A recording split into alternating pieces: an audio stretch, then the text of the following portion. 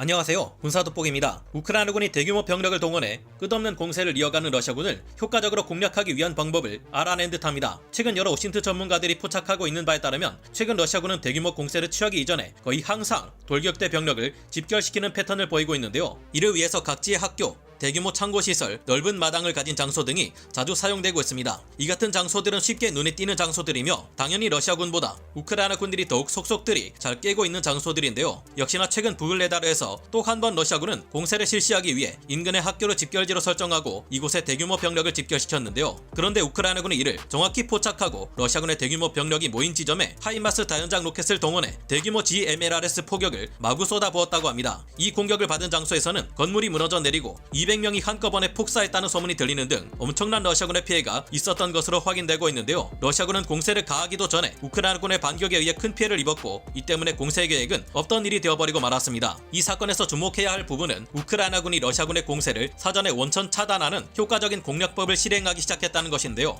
여지껏 전쟁을 통해 엄청난 피해를 입으면서도 잘못된 전술을 수정하지 않는 것인지 못하는 것인지 변함없는 태도를 러시아군이 계속해서 보여줬다는 점을 생각해보면 다른 장소에서도 이번 사건과 유사한 일이 또 벌어질 수 있다는 것을 예상할 수 있습니다. 현재 러시아군은 반드시 바흐무트 지역과 크레미나 지역을 손에 넣기 위해 공세를 반복하고 있고 뛰어난 정찰 감시 자산과 정보력을 가지고 있는 우크라이나군은 어느 지역의 러시아군의 공세가 확실히 가해질 것인지 어렵지 않게 예상할 수 있는 상황입니다. 러시아군의 공세가 확실한 곳 위주를 철저히 감시해 러시아군의 집결지를 알아내고 그곳을 각종 다연장 로켓이나 포격 자산으로 사전에 초토화시켜 러시아군의 공세를 예방하는 것이 가능해질 듯한데요. 특히 그 중에서도 크레미나 스바토우 전선이 있는 루안스크 주 지역은 러시아군이 집결지로 사용할 만한 장소가 많지 않아 쉽게 러시아군이 집결할 장소를 알아낼 수 있을 것으로 보입니다. 이처럼 러시아군의 집결지를 면밀히 파악해 계속해서 강력한 화력으로 약화시키면 안 그래도 약화되고 있는 러시아군의 공세는 더욱 약세가 뚜렷해질 것으로 전망되는데요. 이런 상황에 바그너 그룹이 얼마나 전선에서 무모하고 끔찍하게 싸우고 있는지가 전해져 전 세계의 모든 이들을 경악시키고 있습니다. 지난주 스바토우 전선의 러시아군이 무려 3개 사단급 병력으로 공세를 가하려고 하고 있다고 말씀드렸는데요. 역시나 이 방면에 지난 주말 러시아군은 엄청난 병력을 투입시켜 이곳을 치열한 격전지로 만들었습니다. 우크라이나군과 러시아군 양측 모두 이로 인한 피해가 엄청난 수준이라는 것이 알려지고 있는데요. 그런데 그 중에서도 가장 큰 피해자가 바로 러시아 정규군과 대립하는 바그너 그룹이라는 것이 밝혀지고 있습니다. 사실 이제 바그너 그룹은 거의 다 괴멸된 것이나 다름없는 처참한 상황에 놓이게 되었는데요. 그런데 이들이 엄청난 피해를 입게 된 배경에는 이들의 전투 형태 자체가 문제라는 것 외에도 이를 견제하는 푸틴 러시아 대통령과 러시아 군부의 방해가 있었다고 합니다.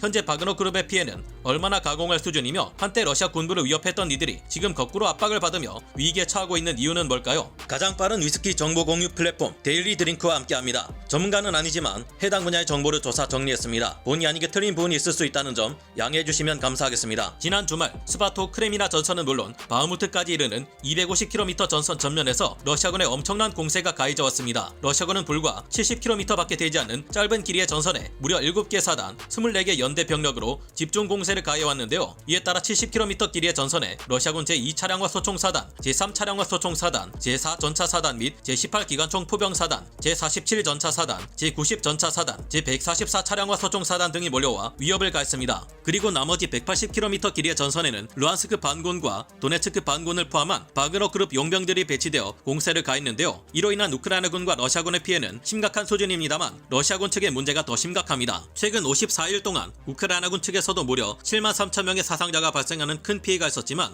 러시아군은 정규군, 바그너 그룹 용병들, 돈바스 반군 등 전체를 다 포함해 무려 153,600명의 사상자를 발생시킨 것으로 파악되고 있습니다. 우크라이나군의 피해도 컸지만 러시아군 측은 그 2배의 피해를 발생시키고 있다는 것인데요. 여전히 우크라이나 동부 전선의 전장에서 치열한 러시아군의 공세가 계속되고 있고 바흐무트로 이어지는 H-32 도로 보급선을 차단하기 위해 러시아군이 이바니우스케를 계속 공격하고 있습니다. 이곳이 현재 꽤나 위태로운 상황인데 이곳을 러시아군이 차단하는 데 성공할 경우 바흐무트로 보급을 담당하는 우크라이나군 부대들은 도로가 아닌 야지를 통해 보급을 담당해야 하는 상황에 처하게 됩니다. 다행히 겨울에 혹한으로 우크라이나의 야지가 얼어붙어 있는 상황이라 가능은 하겠지만 도로가 아닌 야지로 보급 부대를 운용할 경우 보급이 상당히 느려질 테고 전선을 유지하기가 매우 어려워질 테니 결국 바흐무트를 포기하고 물러나야 하는 상황에 놓일 수도 있습니다. 이외에도 우크라이나군이 체르노브 포프티우카에서 후퇴하는 등 상황이 좋지 않은 것은 사실인데요. 그러나 지난 주말 이 외의 지역에서 대부분 우크라이나군은 러시아군의 추가 공세를 좌절시키며 방어전을 잘 수행하고 있습니다. 이런 와중에 이제는 푸틴 러시아 대통령과 러시아 정규군 세력 대 예브게니 프리고진의 바그너 그룹의 갈등 상황에도 변화가 있어 주목되고 있는데요. 한때 푸틴 러시아 대통령과 세르게이 쇼이구 러시아 국방장관, 발레리 게라시모프 총참모장 등을 몰아붙이며 위협했던 것이 예브게니 프리고진이었습니다. 그런데 이랬던 그가 이번에는 반대로 수세에 몰리게 되었습니다. 최근 예브게니 프리고진의 바그너 그룹 용병들은 무려 5만 7천 명이 동원되어 솔레달에서 우크라이나군을 몰아내고 함락시키는 데 성공했지만 현재 남아있는 그들의 숫자는 고작 7,600명이 다이며 이 때문에 그의 정치 세력도 현재는 많이 약화된 상태라고 하는데요. 이렇게 되자 전통적인 러시아의 기득권 집단인 실로비키 파벌과 이를 대표하는 푸틴 러시아 대통령 측에 강한 압박을 받고 있다는 여러 오신트 정보통의 보도가 현지 시각 2월 5일 전해졌습니다. 지난 1월 초 예브게니 프리고진의 바그너 그룹이 한창 바흐무트 전선에서 우크라이나군에 대한 공세를 계속하고 있을 때 세르게이 쇼이구 러시아 국방장관 그리고 발레리 게라시모프 총참모장이 대표하는 러시아 군부 세력은 바그너 그룹에 대한 군수 보급을 의도적으로 끊어버렸다고 합니다. 뿐만 아니라 러시아군 포병의 화력 지원이나 공군의 전술기, 폭격기 등을 동원한 항공전력 지원까지도 모두 끊어버렸다고 하는데요. 이 때문에 보병 위주의 단순한 공세를 벌여왔던 바그너 그룹은 막대한 피해를 입을 수밖에 없었고 추가 병력을 확보하기 위해 러시아 전국 각지의 교도소를 대상으로 불법적인 죄수병 모집을 크게 확대한 것으로 밝혀지고 있습니다. 이 같은 현상은 러시아 내에서만이 아니라 일부 유럽 국가들이나 우크라이나 내 러시아군 점령지에서도 일어났을 것으로 추정되고 있는데요. 그런데 이 추가 죄수병 모집 작업마저도 러시아 정규군 군부 측의 적극적인 방해 공작으로 인해 제대로 진행되지 못했다고 합니다. 바그너 그룹은 우크라이나 내 돈바스 민병대 조직인 도네츠크 인민공화국군과 루안스크 인민공화국군을 바그너 그룹의 일원으로 포섭하려 했는데요. 그러나 러시아 정규군 측은 국방장관 직권을 발휘해 행정조치로 이들 돈바스 민병대들을 먼저 러시아 정규군에 편입시켜버렸습니다. 뿐만 아니라 최근 러시아 군부에서는 복무를 마친 바그너 그룹 용병들을 감시하고 심지어 탄압하기까지 하고 있는 것으로 밝혀졌는데요. 러시아의 독립 언론 네트워크인 언론인 보호위원회가 최근 밝힌 바에 따르면 러시아 당국은 러시아의 각 지역 경찰 당국으로 하여금 집으로 돌아온 바그너 그룹 대원들에 대한 고용 알선, 거주지 확인 등의 명목을 들어 이들의 집을 드나들며 사진을 촬영하고 지문을 채취하는 등의 활동을 하라고 지시했다는데요. 이와 함께 러시아 군부 세력에서는 밀리터리 블로거들 중 친푸틴 성향을 띠는 이들을 대거 포섭해 인터넷에서 바그너 그룹에 대한 좋지 않은 이미지를 형성하는 데 동원하고 있습니다. 바그너 그룹은 절대로 러시아 정규군을 보완할 수 없는 불법 무장단체일 뿐이라는 것인데요. 물론 프리고진의 바그너 그룹 측에서도 이를 두고만 보고 있지는 않습니다. 바그너 그룹 측에서도 바그너 센터의 선전전 조직을 동원해 러시아 군부 측의 주장이 잘못되었다 반박하고 있는데요. 전선에서 솔레다르를 점령한 것처럼 전과를 낸 것은 바그너 그룹 용병들인데 러시아 군부는 그 전과를 자신들의 것으로 가로채려 하고 있다 비난하고 있습니다. 이제는 슬슬 우크라이나 내 전장 상황 못지않게 러시아 내에서의 갈등 상황 또한 한치 앞을 예상하기 힘들도록 흥미롭게 펼쳐지고 있는 것 같은데요. 물론 러시아 군부 측도 똑같이 전쟁 범죄를 무수히 일삼아온 이들인 만큼 이들의 편을 들 생각은 전혀 없지만 바그너 그룹에게 있어 지금과 같은 최악의 상황을 만든 것은 자신들의 인명을 함부로 여긴 프리고진의 불찰이 아닌가 생각해봅니다. 왜냐하면 최근 우크라이나군과 러시아군 양측에서 전해지고 있는 바그너 그룹의 공세가 얼마나 비인간적인지 밝혀지고 있기 때문인데요. 바그너 그룹 대원들은 그동안 1인당 소총 1개와 고작 2개의 탄창, 수류탄 몇 발 정도만 지급받은 채 우크라이나군 쪽을 향해 돌격하기를 강요받았다고 합니다. 원래대로라면 본격적인 공세 이전에 실시되는 러시아 포병들의 공격 준비 포격이 모두 끝난 후 포병들이 투입되어야 하는데요. 그런데 일부 바그너 그룹의 지휘관들은 러시아군 포병의 포격이 다 끝나지도 않았는데 포병들에게 돌격하라고 지시해 같은 러시아군 포격에 같은 러시아 바그너 그룹 대원들이 희생되게 만드는 바보짓을 일삼았다고 합니다. 러시아군의 공격 대형은 일반적으로 10인이 한 개 분대로 구성되고 여건이 좋지 않을 경우 그보다 작은 인원인 8명이 한 개 분대로 구성되기도 한다는데요. 바그너 그룹 지휘관들은 공세를 가할 때 이런 바그너 그룹 분대들이 모여 이뤄진 한 개 중대에서 3개 중대 규모의 병력을 투입한다고 합니다. 이는 적어도 우크라이나군의 방어선 하나를 돌파할 때 적어도 100명에서 150명 이상에 달하는 바그너 그룹 대원들이 희생된다는 뜻인데요. 현재 이들 후방에는 박격포 장비들이 지원되고 있지만 공세 중에 이들을 지원하는 야포 사격 지원은 거의 없는 상태라는 소식도 있고 120mm 박격포 탄약이 바닥나 이를 통한 박격포 지원도 크게 줄어들고 있다는 보고가 이어지고 있는데요. 아직까지 전반적인 전황 지도에서 우크라이나군이 크게 수세에 몰려있는 것처럼 보이지만 벌써부터 러시아군에게서 나타나고 있는 여러 붕괴 조짐을 볼 때 이들의 공세가 오랫동안 이어지기는 어려워 보이는데요. 이제는 바그너 그룹이 동원하고 있다는 범죄자들이라는 존재가 정말로 범죄자들인지도 의심스럽습니다. 흉악범이라는 바그너 그룹 용병들의 정체가 알고 보면 러시아의 전쟁에 반대했던 반전주의자거나 바그너 그룹의 침략 행위에 반대했던 평범한 시민들일 수도 있겠죠. 더 이상 바그너 그룹과 러시아 군부가 이런 이들을 전쟁에 동원할 수 없도록 우크라이나군의 대반격이 하루라도 더 빨리 이뤄질 수 있기를 기원해봅니다. 오늘 군사 돋보기 여기서 마치고요. 다음 시간에 다시 돌아오겠습니다. 감사합니다. 영상을 재밌게 보셨다면 구독, 좋아요,